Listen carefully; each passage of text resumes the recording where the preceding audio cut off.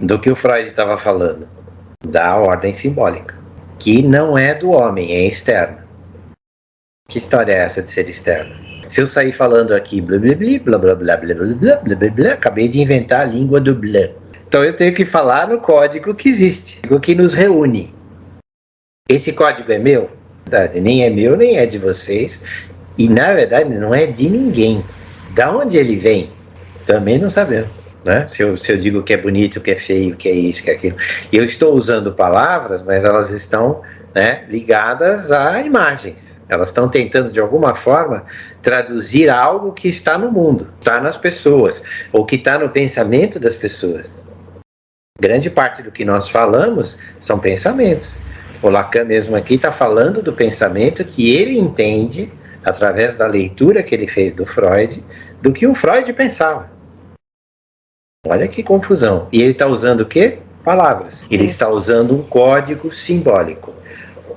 Ele, né, nesse seminário em especial, ele dá um destaque muito grande para o simbólico e ele diz assim, esse é o nosso campo de trabalho. E ele vai ficar nisso muitos anos, tá? Mais ou menos uns 15 anos. 15 anos depois ele vai dizer assim, mas os três são importantes, simbólico, imaginário e real, com importâncias equivalentes. E o que o imaginário também, que ele tinha de certa forma, né, deixado de lado para dar mais ênfase para o simbólico, ele vai dizer também tem um grande peso. E ele vai trabalhar com aqueles três bolas, né? Os três, o nó borromiano que ele chama, e ele vai criar um quarto nó, que é o que enlaça os outros três, que é a teoria dos nós que vai aparecer 15 anos depois. E aí ele vai trabalhar com isso praticamente até o final da obra dele. E aí ele vai reformular muita coisa que ele havia colocado, assim, não joga nada fora, tá? Porque essa é a crítica da maioria das pessoas, dizer assim, não adianta nada estudar o Lacan do começo, porque o que interessa é o Lacan do fim. Papo furado. Na minha opinião, o Lacan inteiro interessa, como o Freud inteiro interessa. Não tem essa história. Ah, vamos ler só da segunda tópica para frente, porque o que ficou para trás o Freud esqueceu. Mentira, ele nunca esqueceu nada. Não, ele nunca desdisse, ele deu novas interpretações, ele foi ampliando a estrutura dele, mas ele nunca jogou nada fora. Né? Lacan, a mesma coisa. Né? Como é que você vai compreender um troço que é 3 com um nó a mais se você não entender o que é cada um deles? Certo? Então é importantíssima essa primeira fase dele, que é a fase do simbólico. Vai aparecer o significante, a cadeia significante, o inconsciente estruturado como uma linguagem. Gente, tudo isso dá a base para que depois você compreenda o resto. Não dá para sair pulando, né? Muita gente diz assim, não perde tempo com os... Não lê do seminário 1 ao 10, lê o 11 que é um resumo. Não resumo nada, tem detalhes riquíssimos em todos os seminários, né? Então, o que ele está mais ou menos dando aqui é o início desta primazia do simbólico. Para nós é importante, mas nós já ficamos alertas de que não é só isso. O simbólico é tão importante quanto o imaginário, que é tão importante quanto o real. Os três são importantes. Vamos estudar mais dedicadamente, né, nesses anos agora, né, nesses próximos seminários, o simbólico, porque é onde ele dá mais gás. Né? Ele não deixa de falar do imaginário, né, mas ele dá um destaque para o simbólico. O que mais tem de interessante? Lá no comecinho ele falou, né, tenta ler, né, a teoria freudiana a partir do próprio Freud. Não adianta você tentar ler Freud com, né, como tentar ler, ele dá o exemplo lá do Spinoza, né? Então ele fala assim, Spinoza traz um monte de ideias novas. Se você tentar ler Spinoza com uma cabeça que não é a dele, você não vai entender o cara, porque o cara criou uma outra maneira de falar sobre a natureza, sobre o mundo, sobre Deus. Né? Spinoza tem uma visão diferente. Né? Se você tentar ler isto a partir de um outro ponto de vista, você não vai compreender, vai ficar mais difícil. Então ele fala, muita gente tenta, e esses dois que ele citou aí, o Bernfeld e o outro, eram seguidores de Freud, inclusive. Um deles, esse Bernfeld, é o cara que passa a integrar a psicanálise com a educação. Faz um trabalho muito interessante e que vai ser seguido por Piaget, por exemplo. Piaget que a gente conhece mais, né? Esse Bernfeld foi um cara que... Então ele diz assim, esses caras meio que deram, né? Não leram Freud a partir de Freud. Ele diz assim, eu sou um leitor de Freud. Né? Então ele fala, esses caras são tão malucos que foram fazer um experimento que media a temperatura do cérebro e do ânus. E ele fala assim, o que eles estavam querendo provar? E o Freud nem falou de entropia, falou coisas parecidas. Né? Quem vai falar mesmo de entropia para valer são outras pessoas. Né? Então ele fala assim, não vamos nos desviar, vamos tentar. Né? Porque ele tinha lá, junto com ele, gente de várias áreas diferentes. Tinha muito filósofo, tinha médico, certo? Tinha neurólogo, tinha, né, os caras que estudavam literatura. Era uma turma misturada. Né? Ele diz assim, cuidado, não tentem ler, né, o Freud sem primeiro tentar entender qual é o ponto de vista que ele está trazendo, do que ele está falando. Temos isso dentro de nós? Claro que temos, mas entre o estímulo e a resposta, para nós, tem um mundo inteiro no meio. Sim, não dá para pegar essa teoria da psicologia animal e introduzir direto, né? Não tem como. Assim, porque eu tenho fome e eu não fico salivando à toa. Eu não sou um cachorro, eu não estou condicionado. Eu sou interceptado, né, o humano é interceptado por uma questão que vai ficar, né, vamos dizer assim, já bastante evidente no Freud, mas o Lacan vai trabalhar muito mais, chamada desejo. É uma categoria que não está nos animais. O desejo é alguma coisa que está entre o estímulo e a resposta. Eu posso ter um estímulo e ter um desejo no meio interceptando e ter ele e outras tantas respostas. Uhum. Eu posso estar com fome, mas eu não sei o que eu vou comer. Basta você sentar num restaurante com um cardápio enorme e você entra numa encrenca. Você olha ali e fala assim, tem tanta opção.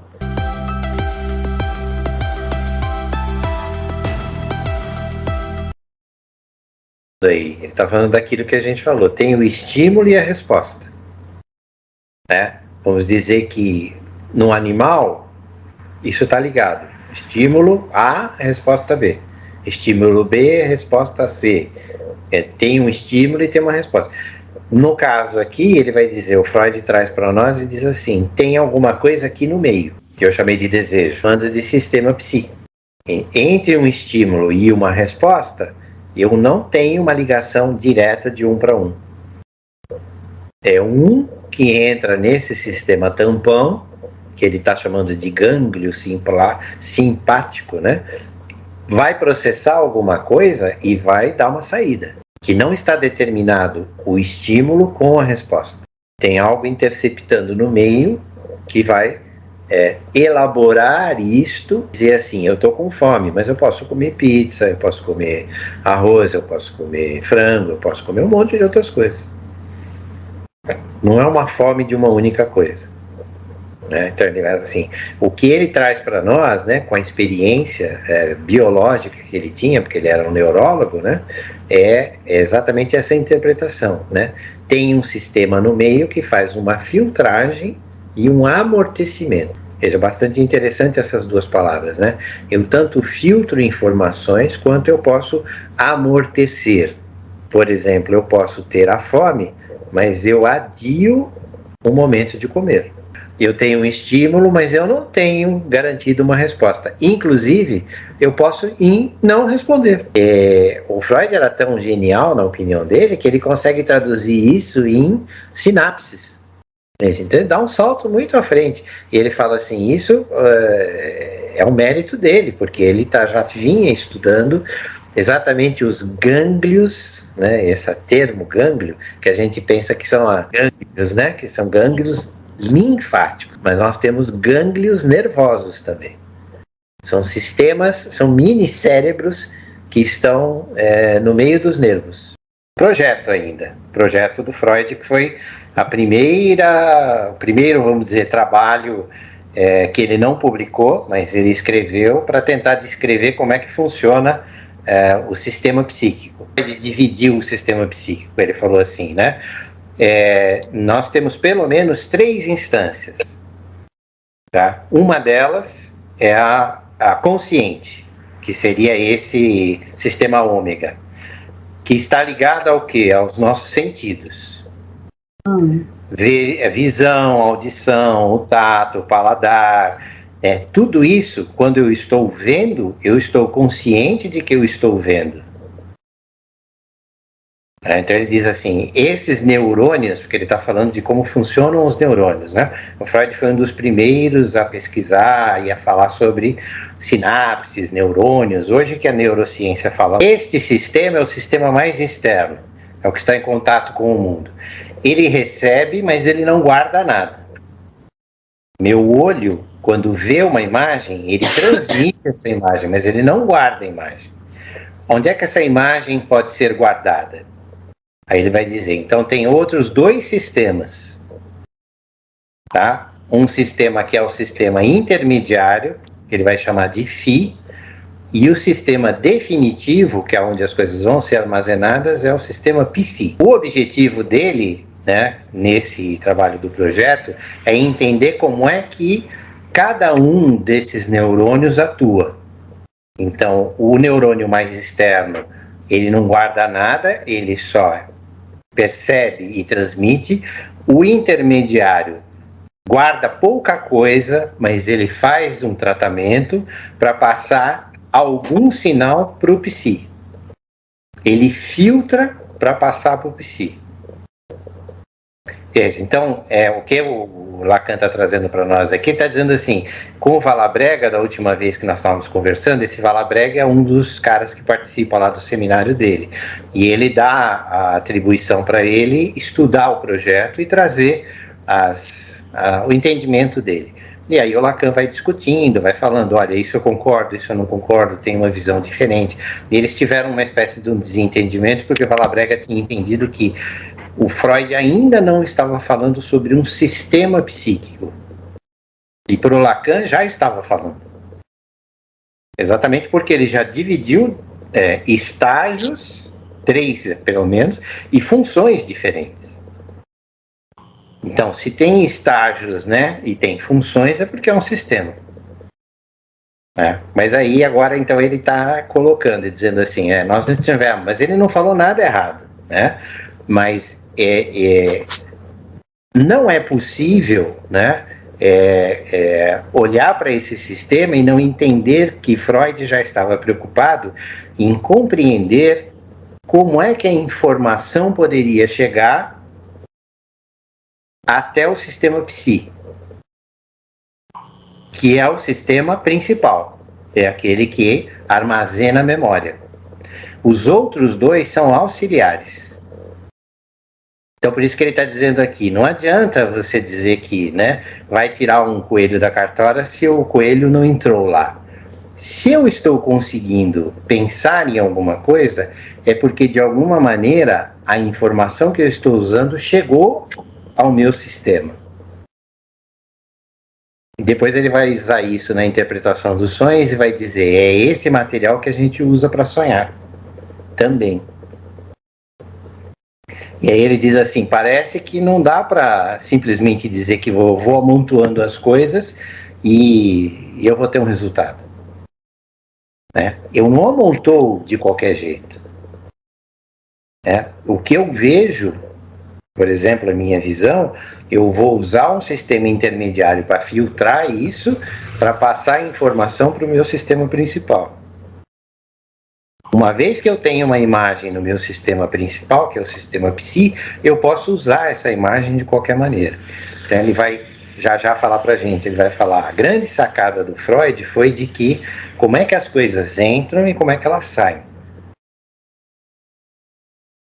Para nós vai ser bastante importante, porque na hora em que nós estamos conversando, né, com o nosso paciente, nós queremos saber como é que as coisas estão lá no sistema psi, né, porque o que está lá pode estar influenciando no dia a dia da pessoa. Mas eles funcionam integrados. De que integração o Freud estava falando? Ele estava falando de uma integração para fora, que é estímulo-resposta, mas também de uma integração que é para dentro.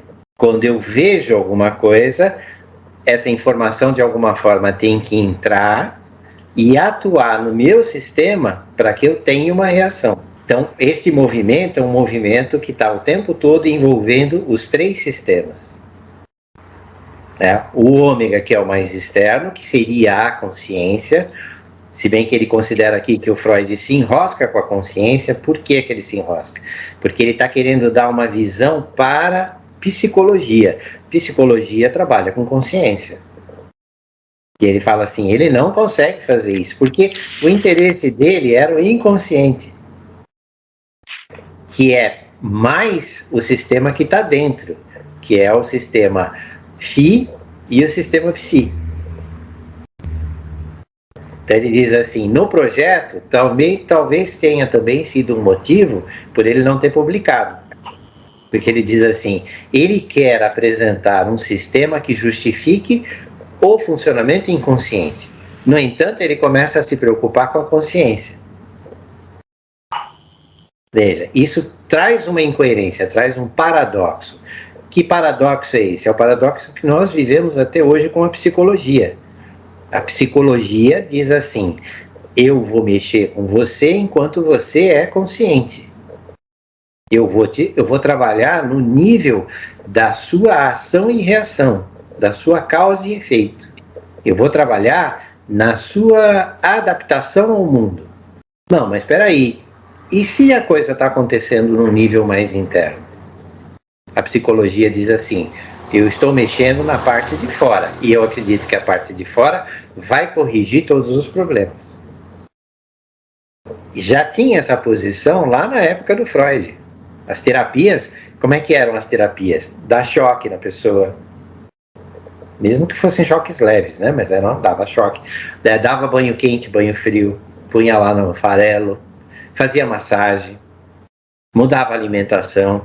O que é que era esse grau de procedimento? Esse procedimento eram procedimentos para trabalhar com a consciência, com a parte externa. Sensações do corpo. A linguagem, né, que é a nossa ferramenta de trabalho, ela vem da onde? Não sabemos. Ela tem um dono? Se você quiser se referir a um termo da sua linguagem e saber se ele existe ou se ele não existe, ou se ele foi inventado, ou se ele é de propriedade de alguém, você poderia fazer isso? Quem é o dono da linguagem? Quem é dono? Não tem um criador. Não tem alguém que determine regras de modificação. As palavras vão mudando e a gente não sabe como é que elas mudam. O próprio Lacan inventou um monte de palavras que a turma usa, mas assim, ele associou uma palavra com a outra e criou uma palavra nova. Tudo bem, então foi Lacan quem inventou aquela palavra. Mas mesmo assim ele usou palavras já existentes, com sentidos trocados, ou misturados. Veja, mas não há um lugar, mais à frente ele vai afirmar, não há metalinguagem. E seria algum lugar onde você poderia estabelecer todo o universo da linguagem e todas as regras. Então, uma metapsicologia, a gente falou disso na outra aula, é um lugar onde você está definindo como é que a psique funciona. Freud foi o primeiro a escrever uma metapsicologia. Hoje existem várias, né? Mas ele foi o primeiro, isso que estamos estudando agora é metapsicologia. Tá? Inclusive, a maior parte dos artigos é escrito durante a Guerra de 14, nos anos 14, 15, 16 e 17, que ele praticamente fica sem pacientes, aí ele começa a escrever os artigos metapsicológicos. O que ele está definindo? Uma regra de como a máquina funciona. Isso é um conceito bastante interessante, porque nós estamos submetidos a uma coisa cuja qual nós não temos nenhum controle. Nós somos usuários da linguagem, mas nós não controlamos a linguagem. Ele está introduzindo aí uma definição mais clara do que é a cibernética para ele. E como, comparativamente, ele está dizendo assim, a cibernética, né, os rádios, as televisões, o funcionamento é através desse sistema de válvulas. E o que é uma válvula? É basicamente um interruptor, é alguma coisa que liga ou desliga. Esse computador que todos nós estamos usando, celular e tudo mais, é construído a partir de um circuito que liga e desliga. 0 e 1. Essa é a base. ele diz assim, o sistema lá, né, dos nossos neurônios é a mesma coisa. Ou a mensagem passa ou ela não passa. Aí você fala assim, mas nós conseguimos com 0 e 1, com ligado ou desligado, com passa ou não passa, representar o mundo? É uma pergunta, como é possível? Da mesma forma que esse computador está conseguindo, por exemplo, exibir todas essas imagens, transmitir a voz e ainda passando por um satélite que está lá a 30 mil quilômetros de altura. E você diz assim, mas está fazendo tudo isso e eu não estou nem vendo. Alguma coisa semelhante a tudo isso está acontecendo nos nossos neurônios.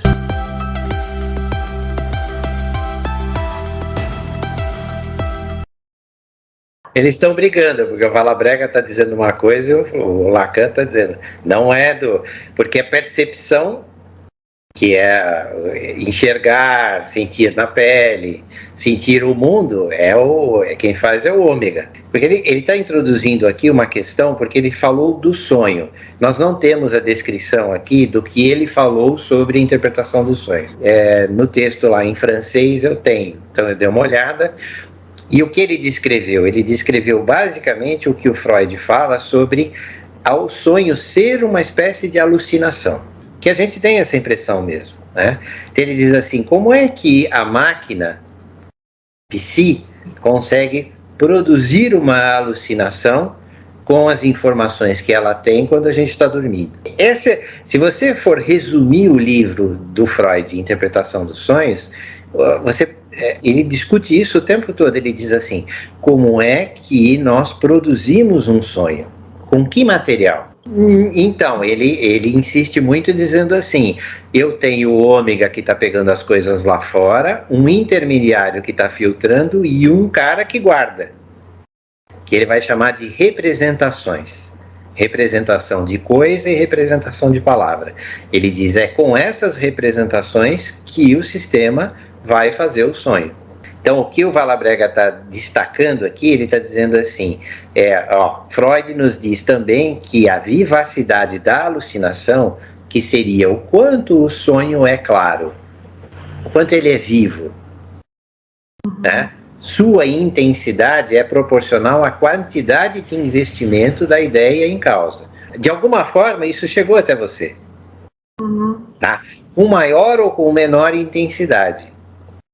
Então, um está olhando de um jeito o sistema e outro está olhando de outro. Por isso que eles estão debatendo aqui. Mas ambos estão falando da mesma coisa, né? O que é que o Freud está trazendo para nós? Ele está dizendo assim, se o inconsciente tem a capacidade de sonhar, é porque ele vai usar informações que ele recebeu. E quanto mais intensa essa informação, maior vai ser, vamos dizer assim, a clareza, a vivacidade do sonho. O sonho, ele faz uma espécie de um furo, né? Ele faz um ponto. Tem relação, muitas vezes, com o sintoma, e às vezes não tem relação nenhuma. Ele está dizendo, é só uma coisa que acontece. O Freud tenta dar uma forçada na barra, porque ele diz assim, a minha análise está muito baseada nos meus sonhos. Estou vendo a análise dos meus pacientes evoluírem também muito baseado nos sonhos que eles trazem. Portanto, se há uma movimentação no sintoma, alguma coisa está modificando através das interpretações dos sonhos. Essa é meio que uma forçada de barra que ele dá. Nós não vamos levar isso ao pé da letra.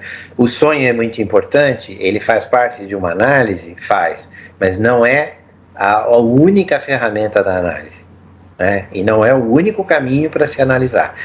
Por quê? Porque tem gente que não lembra do sonho. Você só está dando um blá, né? Porque o Valabrega fala que o sonho da injeção de Irma é um dos sonhos que está dentro do Interpretação dos Sonhos, do livro, né?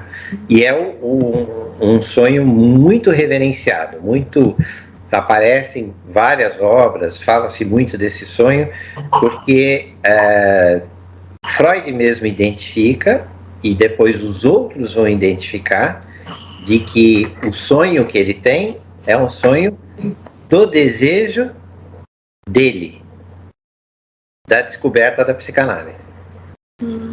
Então é um sonho de um desejo. E ele vai afirmar claramente na obra, dizendo assim: o sonho sempre tem um desejo a ser realizado. Então, assim, ele tinha um desejo, né, de algo inovador. Faz uma associação entre essas palavras, nós vamos ver, né, o estudo desse sonho, então não vou adiantar agora. E dentro da formação dessa palavra está exatamente aquilo que ele deseja, que é criar a psicanálise. A Irma está com uma inflamação de garganta muito poderosa. Sim. Ela tem outros sintomas. Ela foi uma menina que ele atendeu, né, mas ele falou algumas coisas para ela e às vezes ele dava uma exagerada e ela pega e sai fora. Ela desiste do tratamento, né? E aí ele fica sabendo que ela não estava muito bem. E ele sonha que os amigos estão trazendo notícias dela e que ela aparece numa festa para ele e que ele vai examinar. Na hora que ele vai examinar, ele está examinando a boca. E ele não tinha tratado nada que tem a ver com a boca para ela. Por que no sonho ele vai olhar a boca? Porque é da onde vão sair as palavras que vão constituir a psicanálise. Olha a interpretação, né? E ela tem uma inflamação de garganta e aparece essa palavra como o produto que vai resolver o problema da garganta dela. Estou resumindo bastante, tá? O sonho é mais amplo e mais complexo do que isso. E aí ele diz assim: a formação desta palavra é uma formação que indica alguma coisa que estaria ligada a este desejo de criar uma coisa. Então ele diz assim: este é o sonho que abre as portas. Do Freud, tá? Ele está descrevendo um sonho dele. Então fica para a psicanálise como o sonho que inaugura a psicanálise, porque inaugura este desejo de Freud de fazer alguma coisa com a palavra. E ele vai insistir muito nisso, dizendo assim, realmente, né?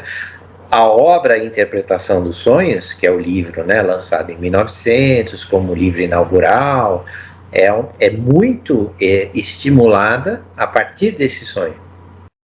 Ele meio que o sonho é o núcleo e ele escreve a obra toda em volta desse sonho. O sonho confirma que o inconsciente existe.